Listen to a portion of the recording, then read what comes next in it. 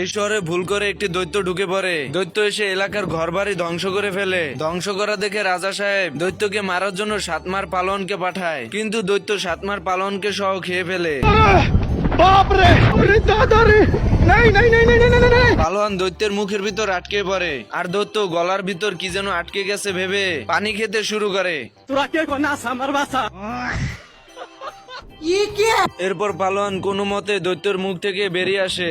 বাইরে বেরিয়ে এসে খেরের ভিতর লুকিয়ে পড়ে, কিন্তু দৈত্য তা দেখে ফেলে।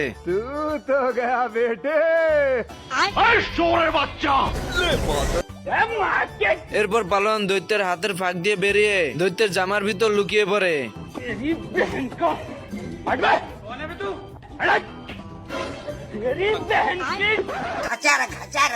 এরপর পালোয়ান দৈত্যের এক হাত আটকিয়ে দেয় সেলাই করে এবং শরীর বাঁধার জন্য মাথার উপর উঠে যায়। এরপর আস্তে আস্তে পালোয়ান রশি দিয়ে দৈত্যের সমস্ত শরীর পেঁচিয়ে ফেলে এবং রশি ধরে টান দিতেই দৈত্য ধপাস করে পড়ে যায়। कैसा लगा मेरा मजाक?